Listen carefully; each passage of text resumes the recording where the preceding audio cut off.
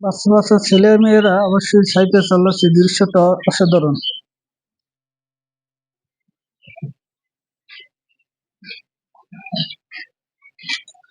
যে অকয়ে দিয়ে হাঁটবেন সেই দৃশ্যটা আসলে দারুণ, যে সুন্দর সুন্দর টাইলস বসানোর কারণে স্থানটি আরো অনেক সৌন্দর্য হয়ে উঠেছে।